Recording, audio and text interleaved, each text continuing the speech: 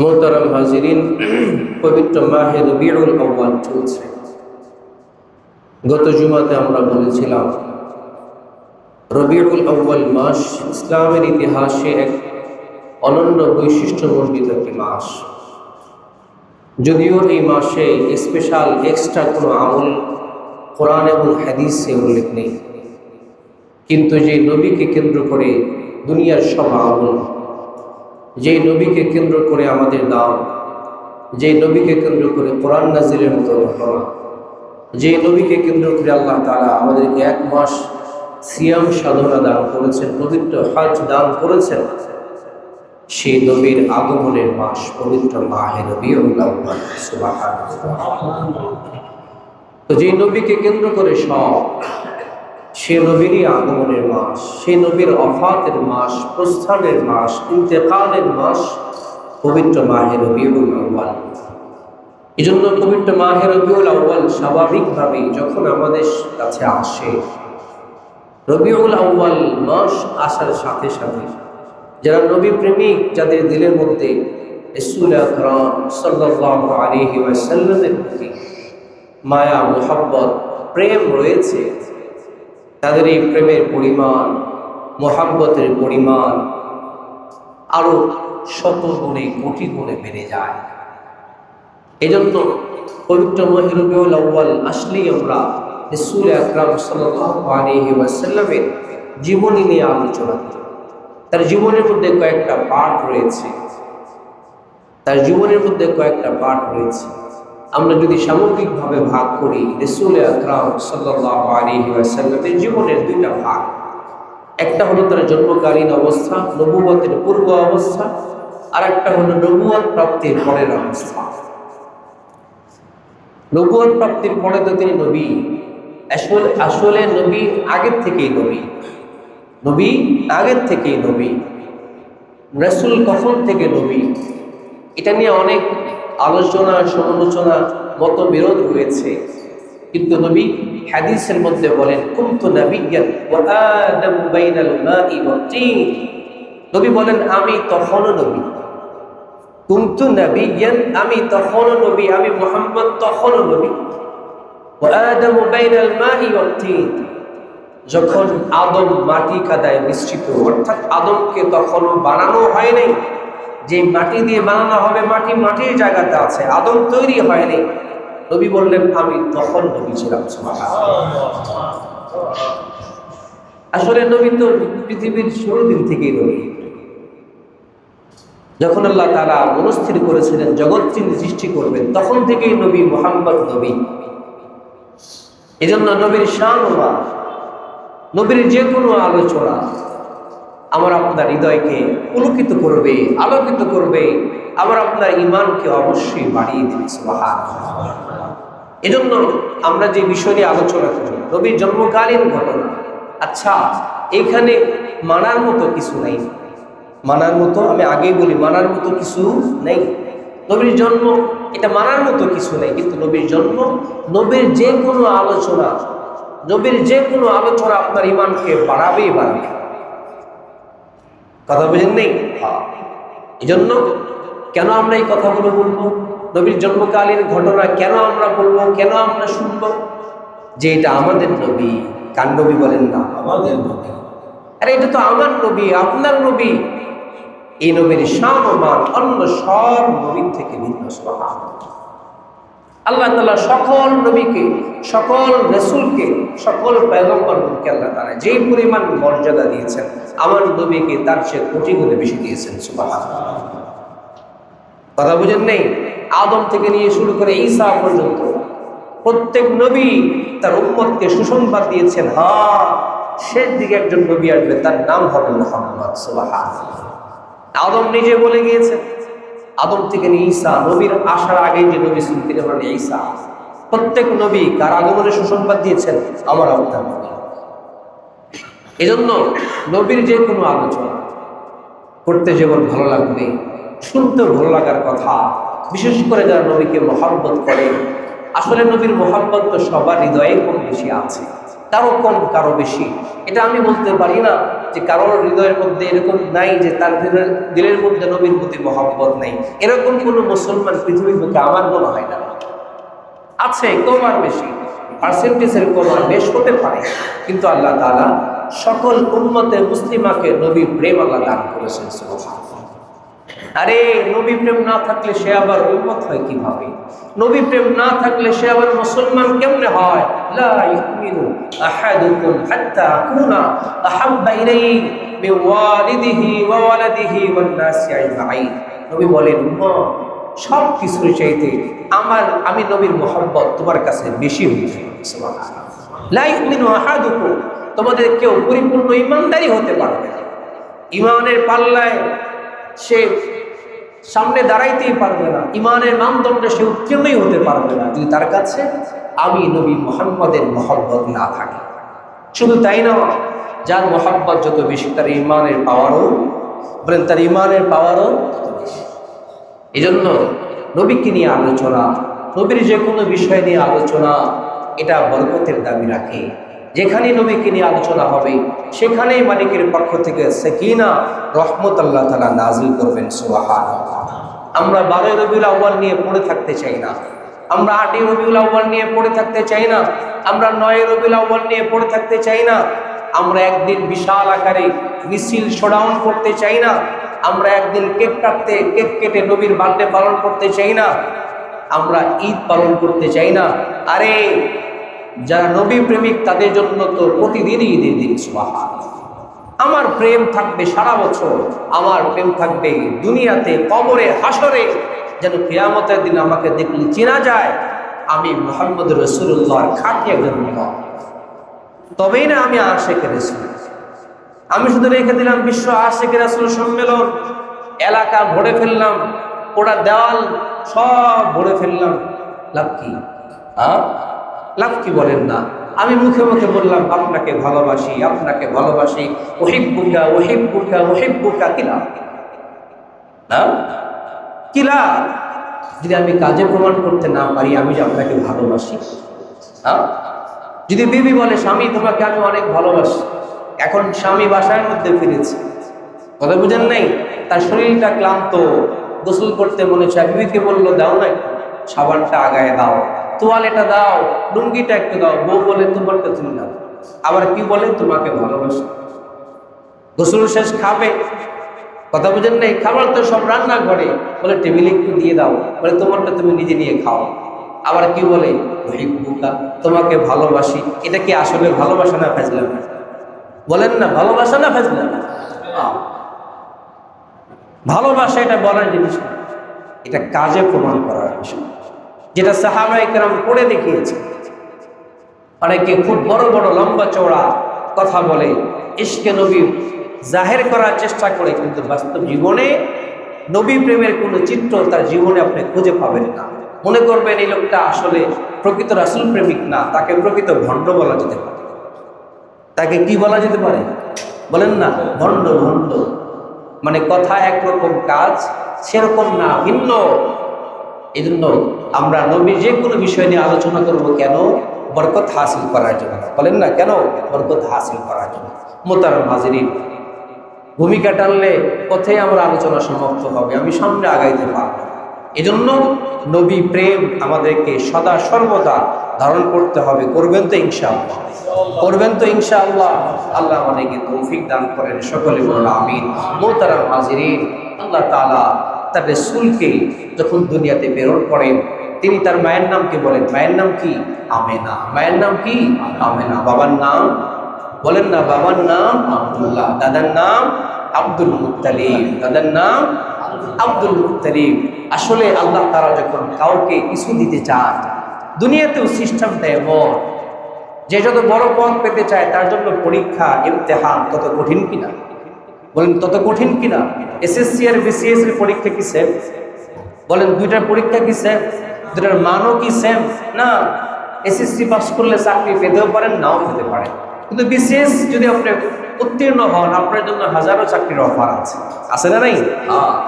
দুটার কষ্ট যেমন একরকম না, পরীক্ষার মান যেমন একরকম না, পাস করলেও তার মান একরকম।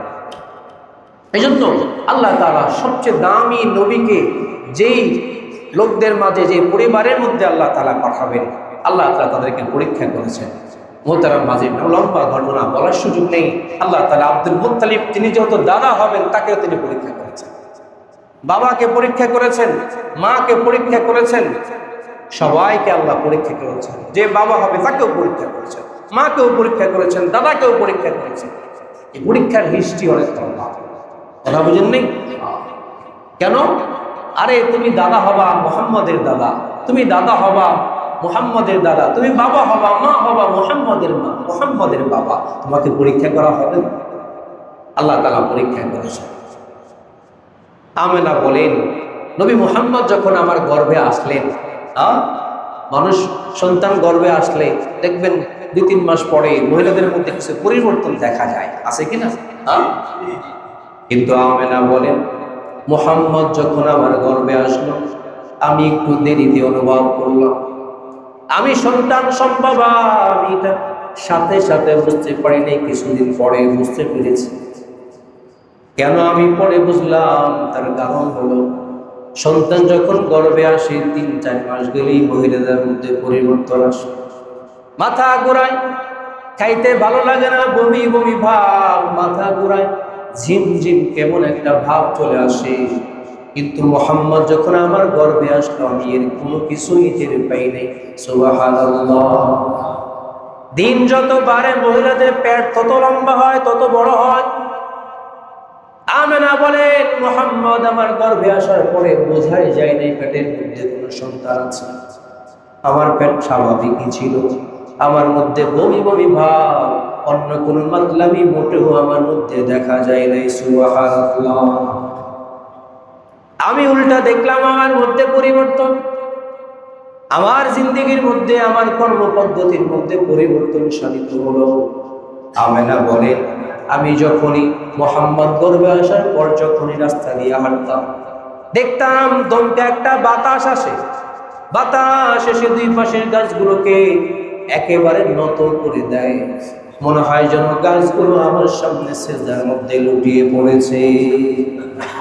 আমেনা বলে, মুহাম্মদ যখন গর্ভে আসলো, প্রয়োজনে আমি মাঝে মাঝে রোদের মধ্যে কাজ করতে বাহিরে যাইতাম। প্রচন্ড রোদ, আরবের রোদ বাংলাদেশের রোদের মতো না। বাংলাদেশে কত ডিগ্রি, আরবে 54-55 পর্যন্ত ওঠে এত রোদ। আমেনা বলে, মুহাম্মদ গর্ভে আসার পর যখন আমি বাহিরে বের হয়েছি, দেখতাম একখণ্ড মেঘ আমি আমেনাকে ছায়া দিত। সুবহানাল্লাহ। আসলে বরকতটা কি আমেনার না মুহাম্মাদের? ব্যক্তি আমেনার কোনো দাম নাই। আমেনার কেন দাম? আমেনা হলো মুহাম্মাদের মা। আমেনা বলেন, শুধু তাই নয়, আমি যখন পানি আনার জন্য কূপের কাছে যাইতাম, কূপের পানি নিচে থাকতো, অনেক কষ্ট করে তোলা লাগতো। কিন্তু মুহাম্মদ গর্ভে আসার পর যখন আমি পানি আনতে গিয়েছি, মুহাম্মদের বরকতে পানি একেবারে উপরে উঠে আসতো। সুবহানাল্লাহ। যেন আমি অনায়াসে সেই পানিটা তুলতে পারি। আরবের মহিলা বলতো, আমেনা তুমি যাবা না, তুমি থাকো, তুমি থাকলে আমাদের জন্য পানি তোলা বড় সহজ হয়ে যায়। আমার নবীর বরকত, এই নবীকে তো চিনতে পারলাম না, এই নবীকে সারা জীবন উপেক্ষা করে চললাম, যিনি দুনিয়াতে আসার আগে। আমেনা বলেন, যখন মুহাম্মাদের প্রসব সন্নিকটে হলো, তাওরাতের মধ্যে একটা নিদর্শন আছে, শেষ নবী যখন আসবেন, আকাশের মধ্যে একটা লাল তারকার উদয় হবে।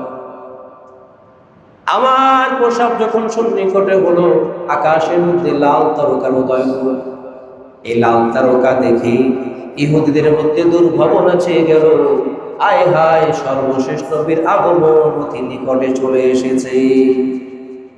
ইহুদিরা খোঁজ করা শুরু করলো, তাদের মধ্যে কোনো মহিলা গর্ভবতী কিনা।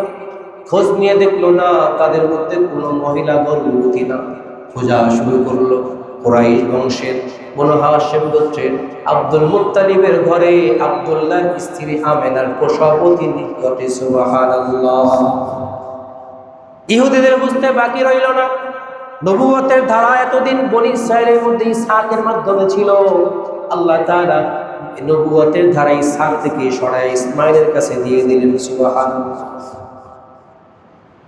মোহতারাম হাজিরিন, যেদিন নবী দুনিয়াতে আগমন করবেন, একজন মহিলা, তার নাম আমার এখন খেয়াল নেই, তিনি বলেন, আমি আমিনার পাশে বসা, রাতের বেলায় নবী দুনিয়াতে আগমন করেন সুবহে সাদিকের সময়। কখন?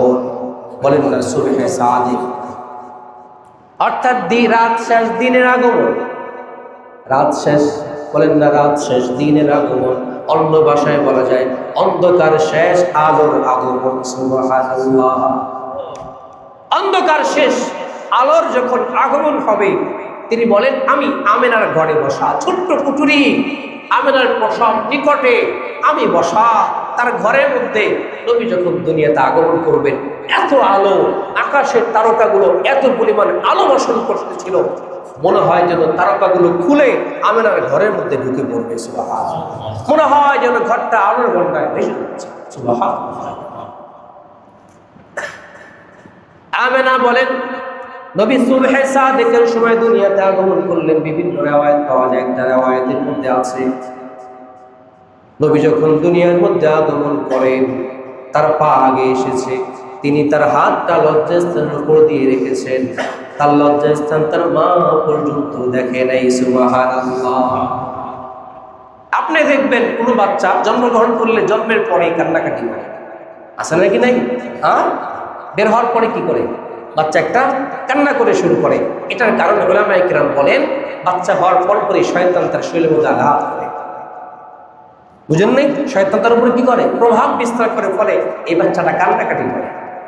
পৃথিবীর মধ্যে দুইজন বাচ্চা কান্নাকাটি করে নাই, এক হলো ঈসা রূহুল্লাহ, দুই নাম্বার হলো মুহাম্মদুর রাসূলুল্লাহ সাল্লাল্লাহু আলাইহি ওয়াসাল্লাম। এরা কান্নাকাটি করে নাই, এরা কান্নাকাটি করে নাই। আমেনা বলেন, নবী যখন দুনিয়াতে আগমন করলেন, তার হাত লজ্জাস্থানের উপর রাখা ছিল, নবী দুনিয়াতে আগমন করে সিজদার মধ্যে পড়ে গেলেন। সুবহানাল্লাহ। তাকে যখন ওঠানো হলো, কোনো কান্না নাই, চোখের এক কোণের মধ্যে পানি। পরবর্তীতে সাহাবায়ে কেরাম জিজ্ঞাসা করছেন, ইয়া রাসূলুল্লাহ, জন্মের পর আপনি সিজদা দিয়েছেন, চোখের মধ্যে পানি কেন ছিল? তিনি বলেন, তখন আমি উম্মতের বেদনায় কান্না করতেছিলাম। সুবহানাল্লাহ। তখন নবী উম্মতের বেদনায় কান্নাকাটি করেছেন। কার জন্য? আপনার জন্য। কার জন্য? আমার জন্য। আপনি যেন মুক্তি পেয়ে যান, আমি যেন মুক্তি পেয়ে যেতে পারি, আমি যেন জাহান্নাম থেকে বাঁচতে পারি, জান্নাতি হইতে পারি। নবী তখন উম্মতকে বলেন নাই, উম্মতের বেদনায় অস্থির হয়ে তখন নবী তখনও কান্নাকারি করেছেন। দেখেন, আল্লাহ তাআলা নবীকে অনেক পরে, নবুয়তের অনেক পরে আল্লাহ তাআলা নবীকে আরশে আজিমে ডেকে নিয়েছিলেন মেরাজে। তখন কিন্তু নবীজি আমাকে আপনাকে বলেন নাই। সুবহানাল্লাহ। তখন নবী কাকে বলেন নাই? উম্মতকে বলেন নাই। নামাজের মধ্যে যে আপনি পড়েন, আত্তাহিয়াতু লিল্লাহি ওয়াস সালাওয়াতু ওয়াত তাইয়্যিবাত, আছে না নাই? আল্লাহ নবীজিকে মেরাজে যাওয়ার পর বললেন, নবীজি কি নিয়ে আসছেন? দোস্তের বাসায় তো আসছেন, কি নিয়ে আসছেন? নবী বলেন, আত্তাহিয়াতু লিল্লাহি ওয়াস সালাওয়াতু ওয়াত তাইয়্যিবাত, আমার সব ইবাদত আপনার জন্য।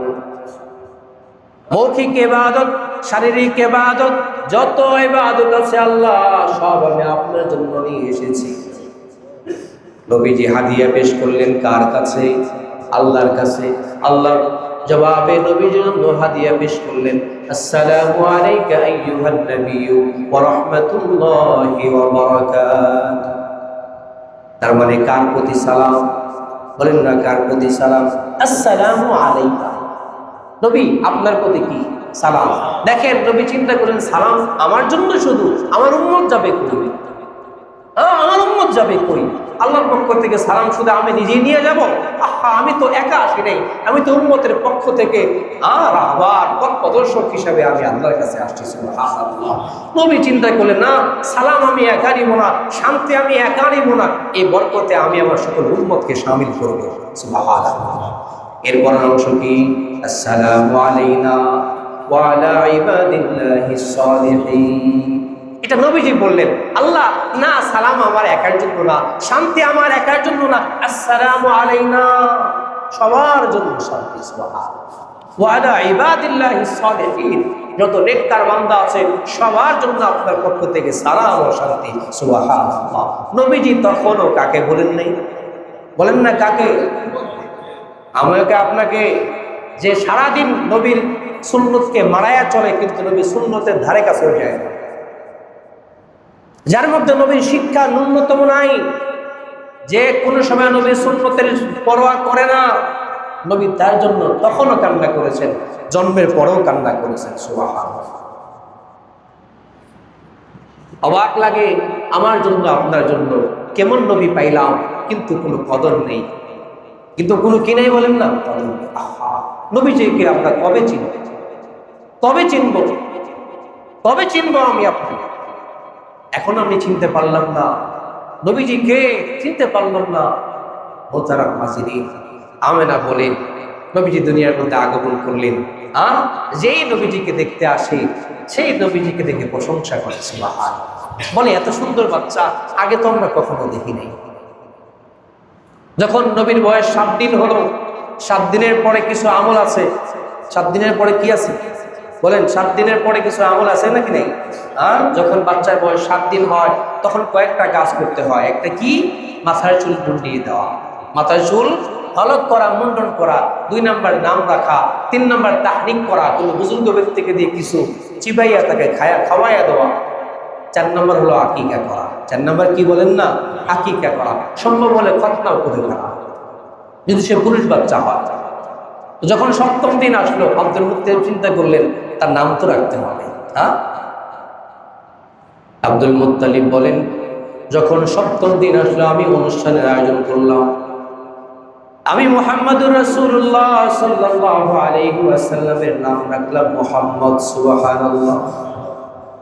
আরবের লোকেরা বলে এই নাম তো জীবনেও শুনিনি, মুহাম্মদ আগেও শুনিনি, পরেও শুনবো কিনা কে জানে। মুত্তালিব, তুমি এই নাম কোথা থেকে পাইলা? এই নাম জীবনেও আমরা শুনি নাই। মুত্তালিব তিনি একটা স্বপ্নের কথা বললেন, স্বপ্নটা অনেক লম্বা। তিনি অন্য কথাই বললেন, যেহেতু এই বাচ্চাকে যেই দেখে সেই প্রশংসা করে, সেজন্য আমি তার নাম রেখেছি মুহাম্মদ। মুহাম্মদ কাকে বলা হয়? মুহাম্মদ এমন সত্তাকে বলা হয়, এমন ব্যক্তিকে বলা হয়, সৃষ্ট জীবের মধ্যে যার সবচেয়ে বেশি প্রশংসা করা হয় তাকেই বলা হয় মুহাম্মদ। সুবহানাল্লাহ। নবীর আরেকটা নাম আছে আহমদ। নবীর আরেকটা নাম কি আছে? ইসমুহু আহমদ। সূরা কি বলে 28 নম্বর পারার মধ্যে আসছে, আল্লাহ তাআলা বলেন তার নাম হলো আহমদ। আহমদ নামের অর্থ কি জানেন নাকি? আহমদ নামের অর্থ হলো সৃষ্ট জীবের মধ্যে সেই এমন ব্যক্তি যে সবচেয়ে বেশি আল্লাহর প্রশংসা করে। সুবহানাল্লাহ। নবীর নাম আহমদ, নবীর নাম মুহাম্মদ। আমার আপনার বাচ্চার নাম কি? ঝন্টু আর সন্টু। নাম হলো বাবু। বুড়া হয়ে গেছে, নাম কি বলেন না? বাবু। নাম কথা, নাম গল্প। অনেকের বাসায় গেলে তাকে ছবি, এদিকে আসে ছবি। ছবিটা আবার কি বলে? এটা আমার মেয়ের নাম ছবি। কি মেয়ের নাম কি? আনকমন রাখতে হবে, মিলা যাবে না। এমন নাম রাখবে 14 গোষ্ঠীতে যে নাম কেউ শুনে নেই। এটাই কি সার্থকতা? একটা সুন্দর নাম আপনার সন্তান আপনার কাছে পাবে। সাহাবায়ে কেরামের নাম নাই, নবীদের নাম নাই, মহিলা সাহাবীর নাম আছে। প্রত্যেকটা নবীর নাম কে রেখেছেন? আল্লাহ। প্রত্যেকটা নবীর নাম কে রেখেছেন? আল্লাহ। আমি নবীদের নাম খুঁজে পাই না। আমি নাম রাখি ঝন্টু আর বল্টু, ছবি আর গল্প, কথা আর গল্প, কবিতা। এগুলো আপনি কোথায় পেলেন? এই নামের কি অর্থ? নামের প্রভাব বাচ্চার উপর পড়ে। এই জন্য মোহতারাম হাজির, নাম রাখবেন দেখে শুনে। নাম রাখবেন কি দেখে শুনে নাম রাখা উচিত আমার আপনার। ভালো একটা নাম সন্তানের নাম, ভালো নাম রাখবেন তো তার ভালো প্রভাব তার উপর পড়বে। নাম রেখে দেন না আল-আমিন, নাম রেখে দেন কি? আল-আমিন, সবচেয়ে সত্যবাদী। এরকম ভালো নাম রাখা আমাদের উচিত। কিন্তু আমরা নাম রাখি আনকমন। বলে হুজুর আপনি নামটা রাখা দেন, তো এমন নাম দিবেন আপনি নিজেও আগে নাম রাখেন। এটা উচিত না। অর্থবোধক সুন্দর নাম রাখা উচিত। ঠিক আছে না? ইনশাআল্লাহ রাখবেন তো ইনশাআল্লাহ। আল্লাহ তৌফিক দান করেন। সকলে বলে না আমিন। নাম রাখা হলো মুহাম্মদ। নাম রাখা হলো কি? মুহাম্মদ। সুবহানাল্লাহ। মুহতারাম হাজিরিন, আরবের সিস্টেম ছিল, আরবের একটা সিস্টেম ছিল, বাচ্চা হওয়ার পরে তারা বাচ্চাদেরকে সঠিকভাবে লালিত পালিত হওয়ার জন্য তারা শহরের বাইরে গ্রামের দিকে পাঠায়। কোথায় বলেন না? গ্রামের দিকে পাঠায় দিত। এটা আরবের সিস্টেম, যেন তার ভাষার মধ্যে শুদ্ধতা চলে আসে, শরীরটা যেন সুন্দরভাবে গঠন হয়। কারণ শহরের মধ্যে যেই পরিমাণ যানজট, যেই পরিমাণ সমস্যা আছে কিনা বলেন, পানি ভালো না, মানুষের কথার মধ্যে বরিশাল্লা, নোয়াখাইল্লা, টাঙ্গাইল্লা সব জায়গার লোক আছে, কথা সব উল্টা পাল্টা। কথা বুঝেন নাই? হ্যাঁ, আছে নাকি নাই বলেন? গ্রামের ভাষা শুদ্ধ হয়। এজন্য আরবের সিস্টেমটা ছিল, তারা বাচ্চাকে শুদ্ধভাবে সঠিকভাবে লালন পালন করবার জন্য গ্রামের দিকে পাঠায় দিত। ঘটনা অনেক লম্বা। বাচ্চা নেওয়ার জন্য হালিমাতুস সাদিয়া, বনু সাদ গোত্রের কে? হালিমাতুস সাদিয়া, তিনি এক কাফেলার সাথে মক্কার মধ্যে আগমন করলেন। বাচ্চাদেরকে রাখা আছে, সব বাচ্চা, সব মহিলা যারা আসছে তারা জিজ্ঞেস করলো এই বাচ্চাকে, বলে এই বাচ্চার বাবা অমুক অমুক। মানুষ বাচ্চা কেন পালে? মহিলারা পালতো এই আশায় যে তাকে পাললে আমি কিছু টাকা পয়সা পাবো। যত ধনীর সন্তান তত বেশি বড় পুরস্কার পাওয়া যাবে। কথা বুঝেন নেই? যত ধনীর সন্তান তত বেশি কি পুরস্কার পাওয়া যাবে। সব বাচ্চা মহিলারা নিয়ে চলে গেল, বাকি থাকলো কে? মুহাম্মদুর রাসূলুল্লাহ সাল্লাল্লাহু আলাইহি ওয়াসাল্লাম। কোন বাচ্চা? যে বাচ্চা একদিন নবুয়তের রিসালাতের পতাকা উড্ডীন করবে। সুবহানাল্লাহ। যাকে আল্লাহ তাআলা খেলনার জন্য আকাশের তারকারাজি তার জন্য খেলনা বানিয়ে দিবেন, ভ্রমণ করার জন্য আরশে আজিমে ডেকে দিবেন, সে নবী বাকি রয়ে গেল। কারণ যেই তাকে নিতে আসে বলে এর বাবা কই? বলে বাবা নেই। কে নেই? বাবা নাই, মা আছে। চিন্তা করে বাচ্চা নিলে টাকা পয়সা পাওয়া যাবে না। সর্বশেষ আর হালিমাকেও তো বাচ্চা দিতে চায় না, কারণ হালিমা একেবারে গরিব ঘরের সন্তান। হালিমা একেবারে গরিব। দুদিকে মিলে গেল, সব বাচ্চা মহিলা নিয়ে চলে গেছে, একজন বাকি মুহাম্মদ সাল্লাল্লাহু আলাইহি ওয়াসাল্লাম। আর এদিকে বাকি রয়ে গেছে হালিমাতুস সাদিয়া। তার সাথে তার স্বামী ছিল। স্বামী বলল, আচ্ছা একটা বাচ্চাও তো পাইলা না, একটাই আছে, দেখো না কি হয়।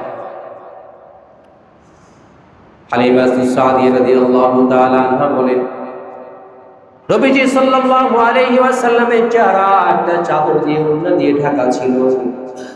আমি চেহারা থেকে চাদরটা সরাইলাম। রাসূল আকরাম সাল্লাল্লাহু আলাইহি ওয়াসাল্লাম একটা মুস্কি হাসি দিলেন।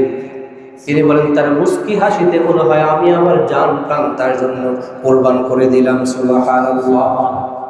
তার স্বামী তাকে বলল, হালিমা আসাল্লাহু আইয়াজআল লানা ফীহি বারাকাতুন, এই বাচ্চাটা তুমি নিয়ে নাও, হতে পারে এই বাচ্চার মধ্যে আমাদের জন্য বরকত লুকায়িত আছে। সুবহানাল্লাহ।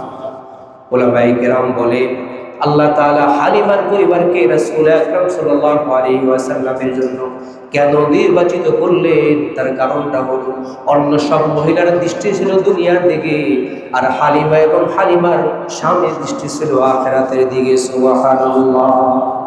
অন্য সব মহিলার চাইতে হালিমার মধ্যে ধৈর্য সৌর্য বেশি ছিল। তিনি সহসা রাগ হইতেন না, অত্যন্ত ধৈর্যশীলা বুদ্ধিমতী মহিলা ছিলেন। আল্লাহ তাআলা তার জন্য মুহাম্মদ রাসূলুল্লাহকে নির্বাচিত করেছেন। সুবহানাল্লাহ। কোলে নিয়ে হালিমা বলে, এত সুন্দর বাচ্চা জীবনও দেখি। মা আমেনা বললেন, হালিমা তুমি তো থাকো গ্রামের দেশে, আমরা শহরে বসবাস করি, আমি তো শহরে এত সুন্দর বাচ্চা দেখি নি।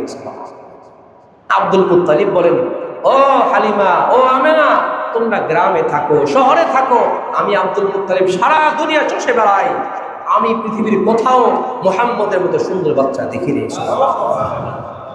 উলামায়ে কেরাম বলেন, আল্লাহ যদি বলতে পারতেন তখন, আল্লাহ তখন বলতেন, আরে তোমরা দুনিয়ায় দেখো নাই, গ্রামে দেখো নাই, শহরে দেখো নাই, আমি তো এমন বাচ্চা তৈরি করি নাই। সুবহানাল্লাহ।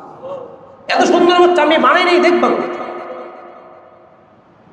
এবার নিয়ে যাওয়ার পালা, নিয়ে যাওয়ার পালা, নিয়ে যাবেন। তো হালিমার স্বামী মুহাম্মদ রাসূলুল্লাহকে মাঝখানে বসাইছেন, তিনি সামনে, তিনি যেহেতু পরিচালনা করবে তিনি সামনে বসছেন। তো হালিমা এবং বাচ্চাকে মুহাম্মদকে নিয়ে পিছিয়ে বসছে। কিতাবের মধ্যে লেখা, যখনই রাসূলকে নিয়ে পিছিয়ে বসা হলো, উট আপসে আপ বসে পড়ল, আর দাঁড়ায় না। উট আর দাঁড়ায় না, সামনের দিকে আগায় না।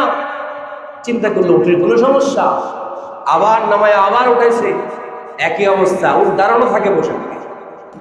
চিন্তা করলো তারে পেছনে বসাইলে বসে পড়ে, তারে সামনে বসায়। তো তো নবী করিম সাল্লাল্লাহু আলাইহি ওয়াসাল্লামকে যখন সামনে বসানো হলো, উঠে দাঁড়ায়া দ্রুত বেগে আগানো শুরু করলো। সুবহানাল্লাহ। কি বুঝাইলো নবী মুহাম্মদ ইমাম? তিনি কি বলেন না, ইমাম। যেই নবীকে সামনে রাখবে, যেই নবীকে আইডল বানাবে, আল্লাহ তাআলা তাকেই সামনে দিকে আগায় দেবেন। সুবহানাল্লাহ। আজকে নবীকে আমরা পিছনে রেখে দিয়েছি। কিছু বললে যদি বলি ভাই এটা তো সুন্নত, বলে হুজুর সমাজ তো মানে না, এটা করেন, এটা সুন্নত তরিকা, বলে হুজুর সমাজের মানুষ কি কইব, বলে কিনা, বলেন বলে কিনা? তার কাছে নবী সুন্নতের পরোয়া নাই, সুন্নতের কোনো দাম নাই। সে সমাজের দিকে তাকায়, নবী সুন্নতকে ছেড়ে দেয়, তুমি সামনে জীবনে আগাইতে পারো না, তুমি সামনে জীবনে আগাইতে পারো না। এবার সবচেয়ে দুর্বল উটনির উপরে নবী বসেছিলেন। সবচেয়ে পিছনে আসা উটনিটা, মাদি উটনিটা সবার আগে চলা শুরু করলো। সুবহানাল্লাহ। তার সাথীরা বলে, আমি হালিমা কি ব্যাপার, উট পাল্টাইছো নাকি? আমি হালিমা বলে, উট পাল্টাই নেই, উটের আরোহী পাল্টাইছি। সুবহানাল্লাহ। যারা ওমরা হজে গিয়েছেন, আল্লাহ তাআলা আমাদেরকেও নিয়েছেন। বলু সাদ গোত্র, সাদ শব্দের অর্থ হলো সৌভাগ্যবান। সুবহানাল্লাহ। যারা হালিমার বাড়িতে গিয়েছেন তারা জানেন, অনুভব করতে পারবেন আপনি। আমি তো আলহামদুলিল্লাহ অনেক জায়গায় ঘুরেছি, মক্কা মদিনা, কিন্তু আমার কাছে মনে হয়েছে, আমি এই মিম্বরে বসেই বলতে চাই, হালিমার বাড়ি থেকে যে পরিমাণ শান্তি আমি পেয়েছি, আমি অন্য কোথাও পাইনি। সুবহানাল্লাহ। যারা যাবেন আপনাদের কাছে আমি অনুরোধ করবো, হালিমার বাড়িতে ঘুরে আসবেন, হালিমার বাড়িটা ঘুরে আসবেন। তাইফ থেকে আরো অনেকটা দূরে হালিমার বাড়িতে এই পরিমাণ শান্তি এখনো আছে। কেন? নবীর পদচারণা সেখানে চলেছে। কথা বুঝেন নাই?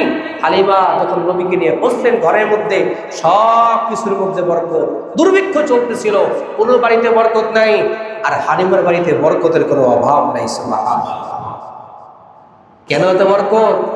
বরকত তো মুহাম্মদের ভিতরে। সুবহানাল্লাহ। কথা বুঝেন নাই? মোহতারাম হাজির, সময় শেষ। একটা কথা আপনাদেরকে বলি, এজন্য নবী মুহাম্মদকে আঁকড়ে ধরতে হবে। তার আদর্শকে যতটা বেশি আপনি আঁকড়ে ধরবেন, আপনি ততটা বেশি সামনে আগাইতে পারবেন। সুবহানাল্লাহ। তার চেহারা মুবারক। হাসান হুসাইন মাঝে মাঝে বলতেন, মা ঘরের মধ্যে খাবার নেই, পেটের মধ্যে ক্ষুধা, একটা কাজ করেন না, আমাদেরকে নানাজির কাছে নিয়ে যান, নানাকে দেখলে পেটের ক্ষুধা দূর হয়ে যায়। সুবহানাল্লাহ।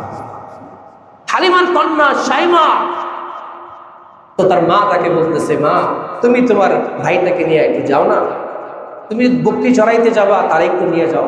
বলে আমি কেমনে যাব? বলে বকরি চড়াইতে যাও। বলে তার সন্তান শাইমা বলতেছে, আমি বকরি চড়াইতে যাব এক শর্তে, মুহাম্মদকে যদি আমার সাথে দেন তবে আমি বকরি চড়াইতে যাবো। সুবহানাল্লাহ। তার মা বলতেছেন, তুমি বকরি ঠিক রাখবা না মুহাম্মদকে ঠিক রাখবা? মুহাম্মদ তো ছোট। বলে মুহাম্মদ গেলে বকরিও ঠিক থাকবে, সব ঠিক হবে। সুবহানাল্লাহ। বলে ঘটনা কি? বলে ঘটনা হলো, আমি একদিন মুহাম্মদকে চুরি করে নিয়ে গিয়েছিলাম। যখন আমি মুহাম্মদকে নিয়ে গেলাম, আমি দেখলাম বকরিগুলো খুব দ্রুত ঘাস খেয়ে ফেলে। সুবহানাল্লাহ। তাকে নিয়ে বকরি খুব দ্রুত ঘাস খেয়ে ফেলে, আর আমি আমার ভাইয়ের দিকে তাকায় থাকি, বকরিগুলো এসে আমার ভাইয়ের দিকে তাকায় থাকে। সুবহানাল্লাহ। ওরা তাড়াতাড়ি ঘাস খেয়ে ফেলে, কারণ তাড়াতাড়ি ঘাস খাইলে মুহাম্মদকে বেশি পরিমাণে দেখা যায়। সুবহানাল্লাহ। এই হালিমাতু সাদির বাড়ির নিচে এবারে গিয়ে দেখেছি, এক লোক আমাদেরকে দেখাইছেন, একটা জায়গা দেখাইলেন, যেই জায়গাটা এই উপত্যকা যেখানে নবীর হার্ট অপারেশন করা হয়েছে, বক্ষ বিধারণ যাকে বলা হয়, সবচেয়ে সদর। নবীজির বক্ষ বিধারণ কয়বার হয়েছে বলেন না? 4 বার। কয়বার? 4 বার। ওপেন হার্ট সার্জারি যেটাকে বলা হয়, এটা আলোচনা আমরা সামনে করব। তিনি দেখেন একটা সাদা জায়গা, আমার কাছে মনে হলো, কারণ বর্ণনার সাথে জায়গাটা মিলে যায়। সুবহানাল্লাহ। এজন্য আপনাদের কাছে আমার উদাত্ত আহ্বান, যারা মক্কা মদিনায় যাবেন, বিশেষ করে মক্কায় তাইফ যদি যান, একটু হালিমার বাড়িটা ঘুরে আসবেন। এখন সেখানে বাড়ি নাই, পাশে একটা উপত্যকা আছে, সেখানে কোনো বাড়ি রাখা নাই, কিন্তু গেলে আপনি একটা স্বর্গীয় আনন্দ, স্বর্গীয় একটা আভা আপনি সেখান থেকে খুঁজে পাবেন। মোহতারাম হাজিরিন, আসুন না আমরা আমাদের জীবনের সর্বক্ষেত্রে নবী মুহাম্মদকে অগ্রে রাখার চেষ্টা করি। আমি আমার জীবনের সর্বক্ষেত্রে নবী মুহাম্মদের আদর্শকে আঁকড়ে ধরে সামনে আগানোর চেষ্টা করি। আল্লাহ তাআলা আমাদের সকলকে জীবনের সর্বক্ষেত্রে সকল কাজগুলো নবী মুহাম্মদ রাসূলুল্লাহ সাল্লাল্লাহু আলাইহি ওয়াসাল্লামের আদর্শ সুন্নাত মোতাবেক করবার, বাস্তবায়ন করবার তৌফিক আল্লাহ আমাদের সকলকে দান করেন। সকলে বলুন আমিন।